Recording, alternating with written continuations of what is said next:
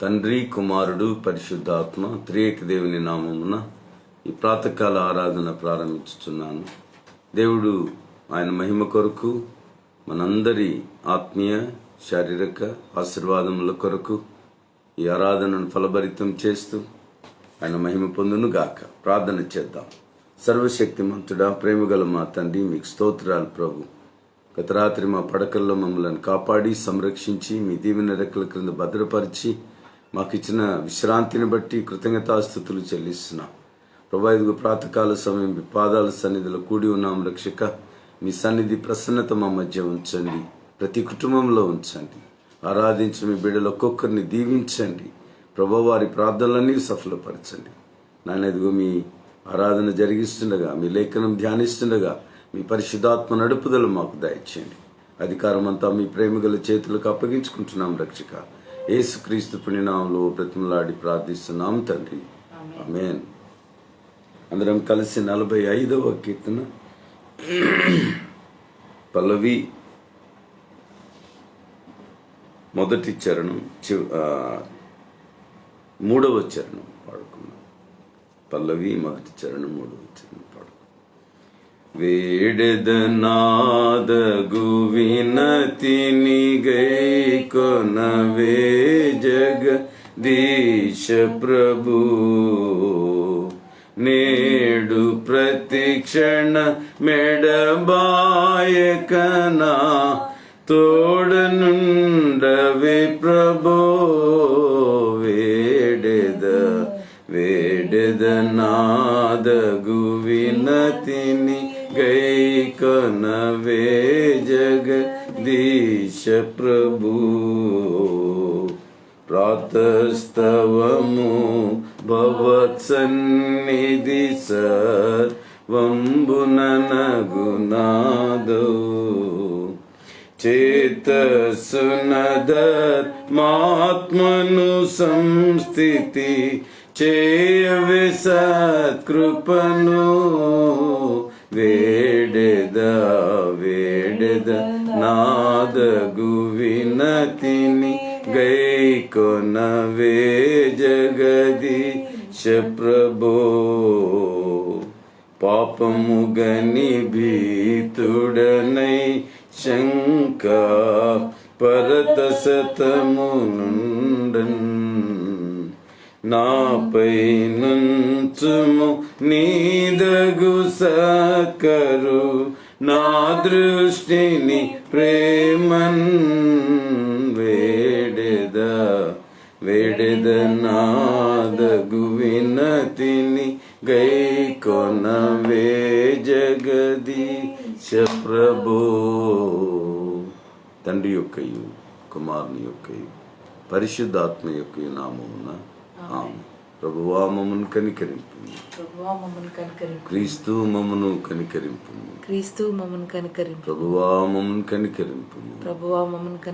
అపోస్తలుల విశ్వాస ప్రమాణం ఒప్పుకుందాం. భూమి ఆకాశములను సృజించిన సర్వశక్తి గల తండ్రి అయిన దేవుని నమ్ముచున్నాను. ఆయన ఏక కుమారుడును మన ప్రభువైన యేసుక్రీస్తు నమ్ముచున్నాను.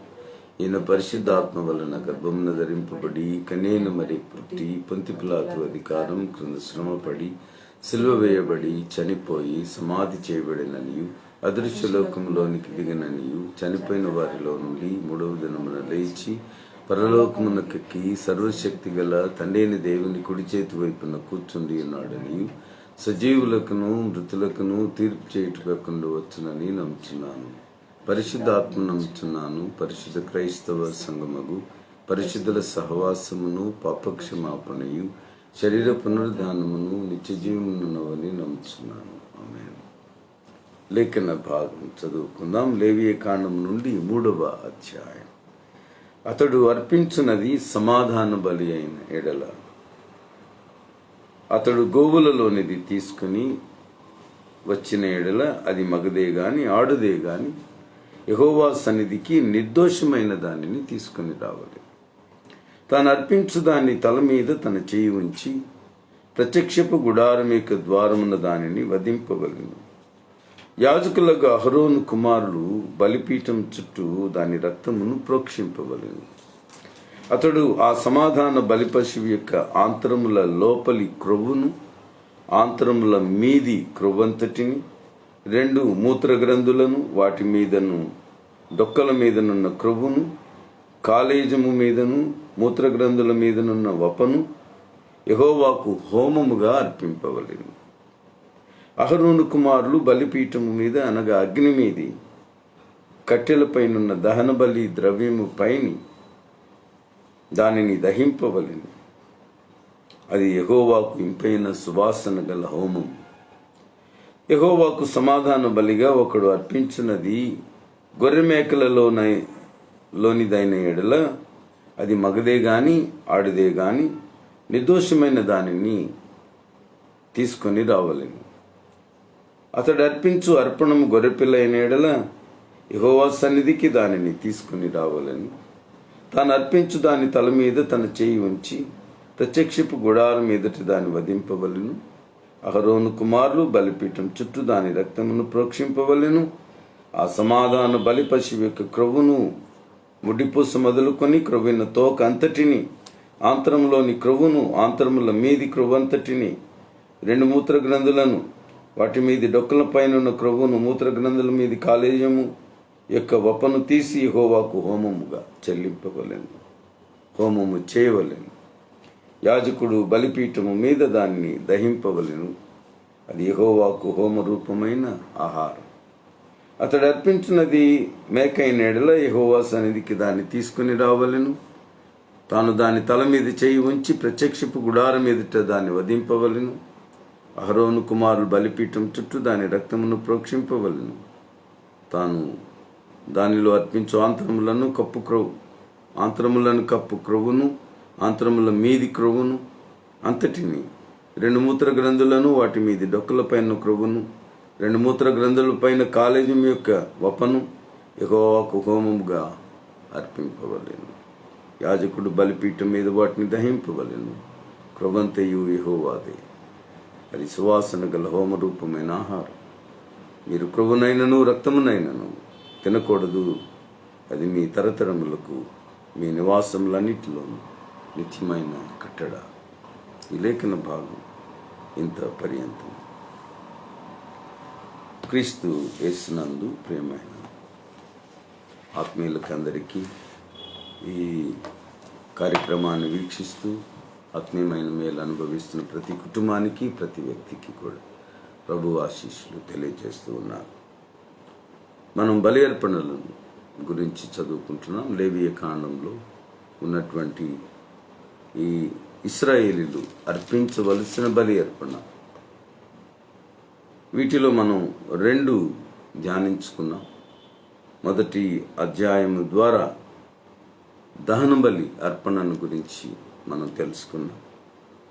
అలాగే 2వ అధ్యాయం ద్వారా నైవేద్య బలి గురించినటువంటి విషయములను మనం నేర్చుకున్నాం. మనం ఈ అధ్యాయాలలో మనం చదువుకుంటున్న ఈ 5 రకాల బలి అర్పణలన్నీ కూడా ఇవి ఇంట్రడక్టరీ మాటలు. ఇవి పరిపూర్ణంగా ఇంకా వివరించబడలేదు. మనం కొంచెం లోపలి అధ్యాయాలకు వెళ్ళినప్పుడు మరలా ఈ బలి అర్పణలను గురించినటువంటి వివరణలు చక్కగా ఇవ్వబడ్డాయి. కనుక కొంచెం ఈ ఇంట్రడక్టరీ మాటలలో కాస్త కన్ఫ్యూజన్ ఉంటుంది. ఈ అధ్యాయం వరకు మాత్రమే వీటిని నేను అధ్యాయాలుగా చదువుకుని వెళ్ళాలి. కనుక ఇక్కడున్న కొద్దిపాటి వివరణను బట్టి మీకు కూడా ఆ వివరణ అందించు ఉన్నాను. అది మిగిలిన విషయాలు కొంచెం ఇంకొంచెం వివరంగా మరలా మనం చదువుకుంటాం కనుక, ఎందుకంటే మనం అధ్యాయాలు చదువుకుంటూ వెళ్తున్నాం కనుక ఒకసారి ఆ అర్పణను గురించి లోపలి అధ్యాయాలలో ఉన్న వాటిని చెప్పవచ్చు. కానీ ప్రతి అధ్యాయం చదువుకుని వెళ్ళాలన్నది ఈ ఉదయారాధన యొక్క ప్రాముఖ్యత కనుక ఆ అధ్యాయంలో వ్రాయబడిన మాటల వరకు మాత్రమే వీటిని మనం తెలుసుకుంటున్నాం. అది గమనించాలని మనవి చేస్తూ ఉన్నా. ఇది 3వ అర్పణ, 3వ బలి అర్పణ. ఈ 3వ అర్పణాన్ని ఏమని పిలిచారు? సమాధాన బలి అని పిలిచారు. ఇది సమాధాన బలి. దీనిని హీబ్రూ భాషలో జబాక్ షలామీం అని పిలిచారు. అనగా సాక్రిఫైస్ ఆఫ్ పీస్ ఆఫరింగ్, సమాధానపరచు అర్పణం ఇది. ఒక వ్యక్తిని మనం ఆలోచన చేస్తే నిజంగా ఒక వ్యక్తి తనలో తాను సమాధానపడి ఉంటేనే అతని జీవితంలో సంతోషంగా ఉంటాడు. తనలో ఆరాటం, తనలో పోరాటం, మానసిక స్పందనలు, రకరకాల నేరారోపణ చేసే మనస్సాక్షి, గద్దింపు, వీటన్నిటిలో కూడా ఒక మనుష్యుడు నెమ్మది కలిగి జీవించలేడు. కనుక ఒక వ్యక్తి సమాధానం అనుభవించాలి అని అంటే 3 కనెక్షన్స్ ఉన్నాయి. మొట్టమొదటిది ఏమిటంటే తన దేవునితో సమాధాన పడాలి. ఒక వ్యక్తి తాను మొట్టమొదటిగా దేవునితో సమాధాన పడాలి, దేవునితో సఖ్యత కలిగి ఉండాలి. రెండవదిగా తనలో తాను సమాధానం కలిగి ఉండాలి. ఎప్పుడైతే దేవునితో సమాధాన పడతాడో దేవుడు కూడా తన కృపను బట్టి ఆ వ్యక్తి జీవితంలో, ఆ వ్యక్తిగత జీవితంలో అతనికి సమాధానం అనుగ్రహిస్తాడు, నెమ్మది అనుగ్రహిస్తాడు. తాను దేవునికి ఇష్టముగా నడుచుకుంటున్నాను అనే తృప్తి అననివ్వండి, దేవుని నామంలో నేను ప్రార్థన చేస్తున్నాను అనేటువంటి ఆ సహవాస బలం యొక్క శక్తి అనండి, ఇవన్నీ కూడా ఆ వ్యక్తి యొక్క జీవితంలో వ్యక్తిగతంగా తనలో తాను సమాధాన స్థితిని అనుభవిస్తాడు. ఇది రెండవ సమాధానం. మొదటిది దేవునితో ఈ వ్యక్తి, రెండవది తనలో తాను సమాధాన పరచుకునేటువంటి ఆ ఏర్పాటు. ఇక మూడవది తాను తన ఇరుగు పొరుగు వారితో సమాధానం కలిగి ఉండడం. ప్రతి మనుషుని జీవితంలో ఈ 3 తప్పనిసరిగా ఈ అనుబంధాలు ఉంటాయి. ఈ సమాధాన స్థితి అవసరం. దేవునితో ఒక మనుష్యుడు సమాధానంగా లేకపోతే అతని జీవితంలో కలిగేటువంటి రకరకాల శోధనలు, శ్రమలు, ప్రత్యేకంగా దేవుడు విడిచిన వాడుగా, లోకంలో ఏ విధమైన మేలులు పొందుకొనలేని వాడుగా మనం గమనిస్తాం.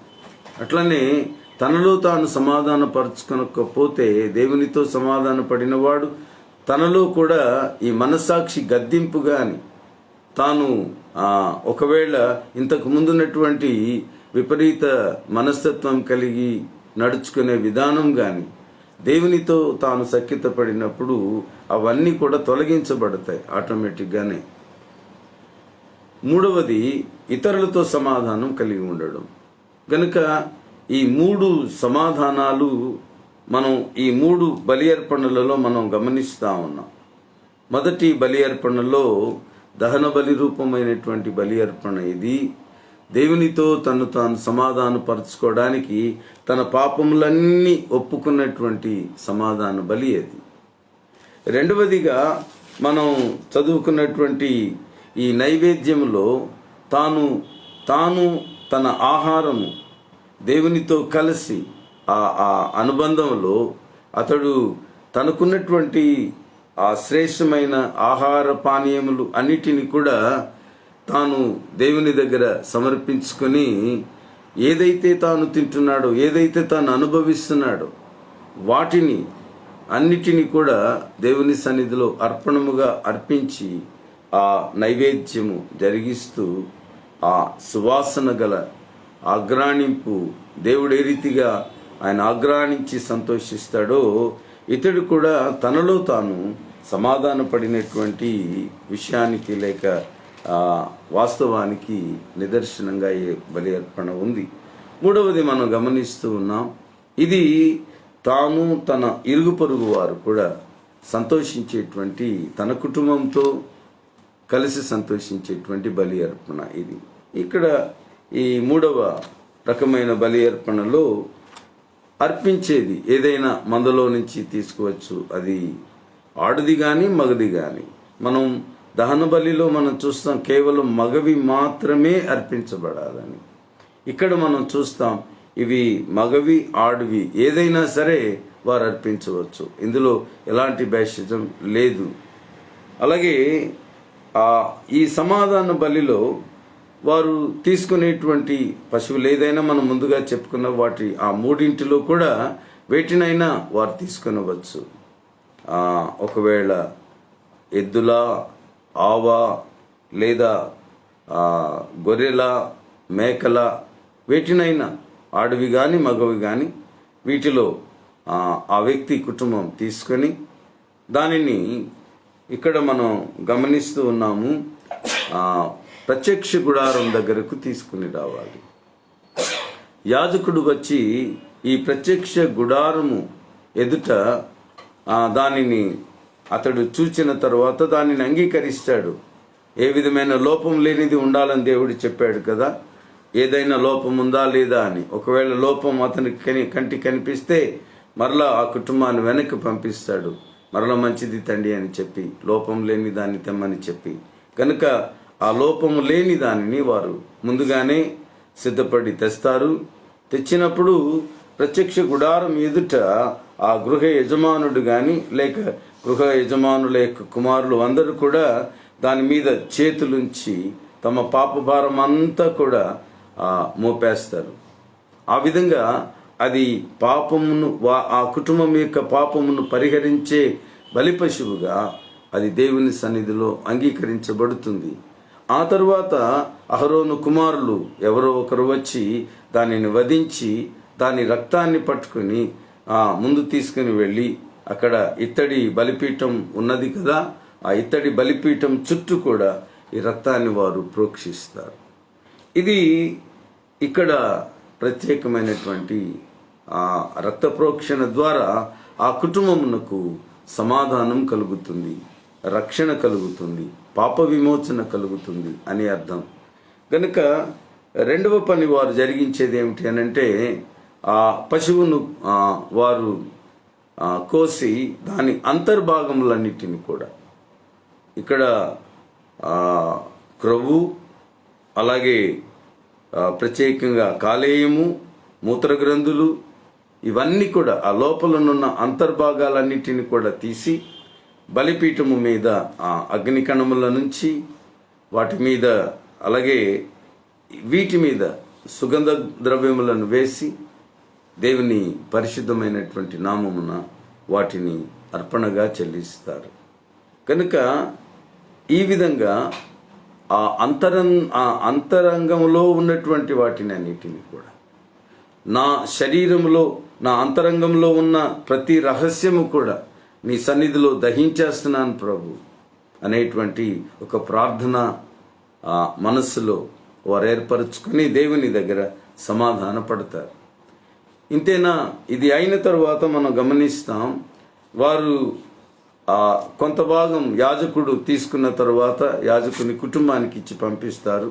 బలి అర్పణ జరిగించినటువంటి యాజకుడు, అలాగే బలి అర్పణను అర్పించినటువంటి ఈ పాపి, అతని కుటుంబం యావత్తు, అంతేకాకుండా అతడు తీసుకుని వచ్చిన ఇరుగు పొరుగు వారు కూడా ఎంతమందిని తెస్తాడో, ఈ అర్పించబో బలి అర్పణకు సంబంధించి ఎంతమంది సరిపోతారో ఈ క్యాలిక్యులేషన్లోనే వారు ఇరుగు పొరుగునన్నటువంటి వారిని కూడా ఈ సమాధాన బలి కొరకు వారు తీసుకుని వస్తారు.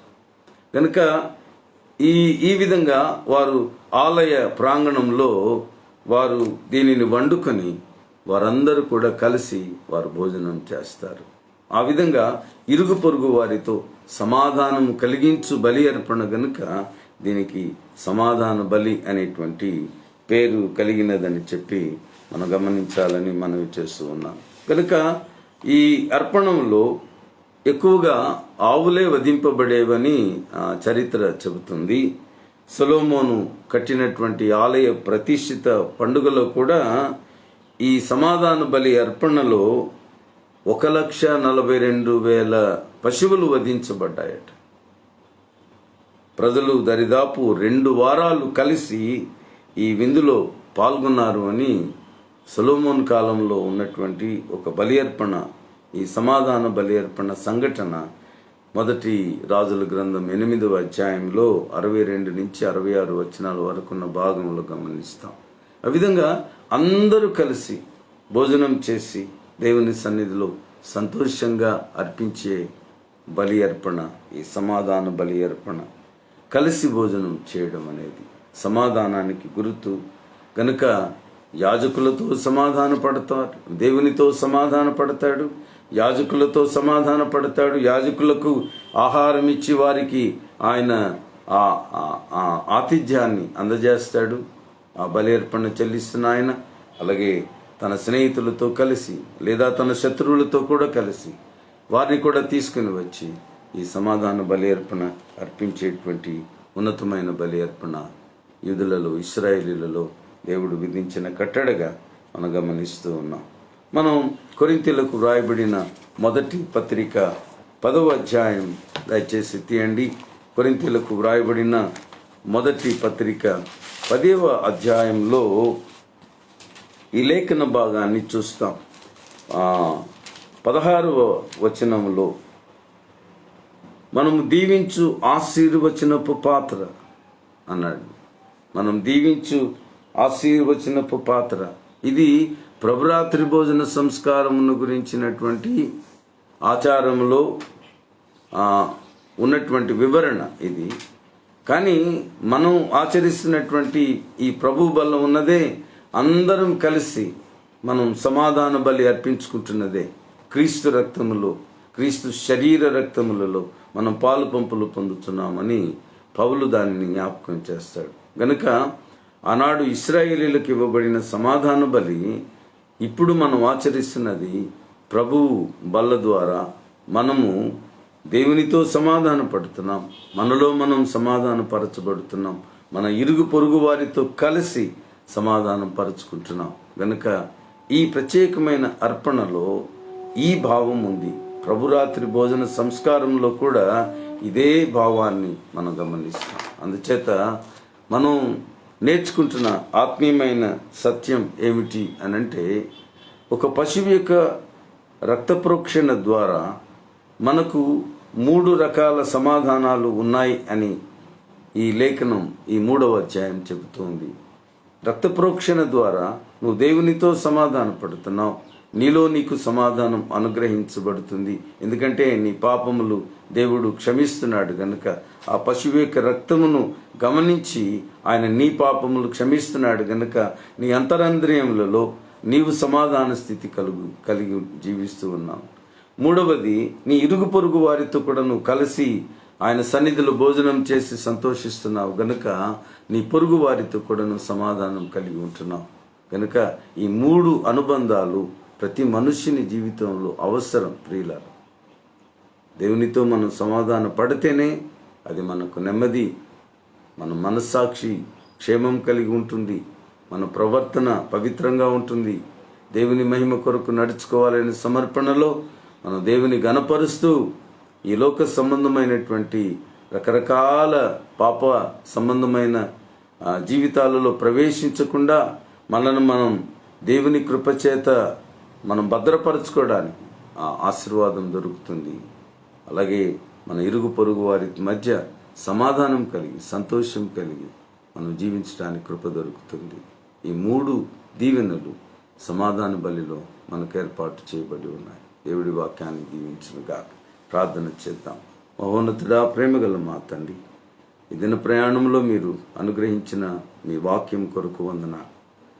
మా జీవితాలలో మీతో మేము సమాధానపడి తద్వారా మా జీవితాలలో మేము మనశ్శాంతి, నెమ్మది, మా హృదయాలలో సంతోషం కలిగి ప్రోత్సాహవంతమైన తలంపులు కలిగి మమ్మల్ని గద్దించు మనస్సాక్షి కూడా నాయనా మీ కృప ద్వారా అది అణగార్చబడి మమ్మల్ని నేరారోపణ చేయలేని నీ పాప క్షమాపణ చేత మేము నెమ్మది కలిగి జీవించుటకు కృపను దయచేయచ్చు ఉన్నారు. మీరిచ్చిన ఈ క్షమాగుణాన్ని, మీరు మా ఎడల చూపించిన క్షమాగుణాన్ని, మీరు మా ఎడల చూపించిన ప్రేమను మేము మా పొరుగువారి మధ్య కనుబరచటానికి, మా శత్రువులతో కూడా కలిసి వారిని క్షమించి వారితో కలిసి భోజనం చేసేటువంటి ఏర్పాటు నాయనా ఈ సమాధాన బలిలో మీరు ఏర్పరిచినందుకు కూడా స్తోత్రాలు. మా జీవితాలలో ఇది వాస్తవంగా జరిగించవలసిన వారమైనా క్రీస్తునందు మాకు ఈ బలి అర్పణలన్నీ తొలగించబడి ఉన్నాయి. క్రీస్తు మా సమాధానం కొరకు, మా శాంతి కొరకు ఆయన రక్తము చిందించిన వాడుగా ప్రభువా నీ కుమారుని మాకు ఇచ్చావు, అందుకొరకు స్తోత్రాలు. ప్రభువా మాలో మేము సమాధానపరచబడి మేము మా ఇరుగు పొరుగు వారితో సమాధానం కలిగి నీకు మహిమార్థమై జీవించుటకు మమ్మల్ని బలపరచమని ప్రార్థిస్తూ ఉన్నాం. నాయన దీని దీవెనతో మమ్మల్ని నింపండి అయ్యా. ఈరోజంతట్లో కూడా మేము చేయవలసిన పనులలో, బాధ్యతలలో మీ ఆశీర్వాదములు దయచేయండి. మీకు లోబడి జీవించలాగన, మీ వాక్యానుసారం నడుచుకునేలాగన మమ్మల్ని కటాక్షించండి. దయగలిగిన మా తండ్రి, ప్రతి సాతాను శోధన మా చుట్టూ అలుముకొని ఉండగా వాటన్నిటిని దూరపరచండి ప్రభా. ప్రతి విషయంలో కూడా మీ కాపుదలు మాకు ఇచ్చి నడిపించండి ప్రభు. మీకు నమ్మకమైన సేవ చేయలాగన మమ్మల్ని అందరినీ ఆశీర్వదించండి ప్రభు. సహాయం చేయండి.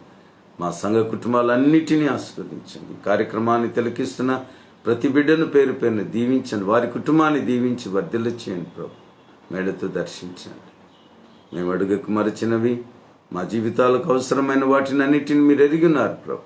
మీ గుప్పులు విప్పి వాటిని మాకు ప్రసాదించండి.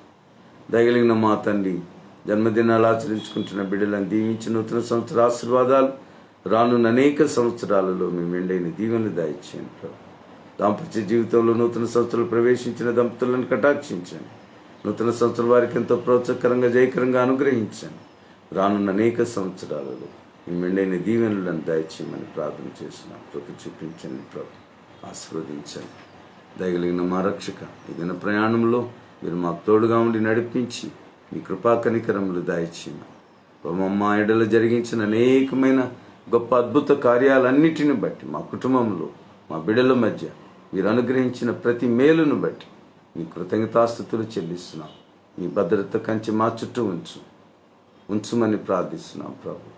మమ్మల్ని మీ ఆశీర్వాదములకు అప్పగిస్తున్నాం. అలాగే ప్రేమతో నాయన మీ కనికరం మా పైన ఉంచి మీకు నమ్మకమైన సాక్షులుగా మమ్మల్ని వాడుకొని వర్ధిల్ల చేయమని, కృప చూపించమని, ప్రార్థనలో పాల్గొన్న ప్రతి బిడ్డను కూడా, ప్రతి కుటుంబాన్ని కూడా అట్టి కృపలతో దర్శించి ఆశీర్వదించమని యేసుక్రీస్తు పుణ్యనామంలో బ్రతిమలాడి ప్రార్థిస్తున్నాం తండ్రి, ఆమేన్. పరలోకమందున్న మా తండ్రి, నీ నామం పరిశుద్ధపరచబడుగాక, నీ రాజ్యం వచ్చుగాక, నీ చిత్తం పరలోకమందు నెరవేర్చున్నట్లు భూమి మీద నెరవేరును గాక. మా అనుదిన ఆహారం నేడు మాకు దయచేయము. మేడలు అపరాధం చేసిన వారిని క్షమించిన ప్రకారం అపరాధములు క్షమించుము. శోధంలోనికి తేకాదృష్టి మమ్మల్ని తప్పించుము. రాజ్యం, శక్తి, మహిమ నిరంతరము నీవైనవి. మన తనేని దేవుని ప్రేమ, ప్రభుని క్రీస్తు కృప, పరిశుద్ధాత్మ దేవుని అన్యోన్య సహవాసం సదా మీకు తోడుగా నుండి ఆశీర్వదించి మీ కుటుంబాలను వర్ధిల్ల చేయను గాక. ఆమేన్.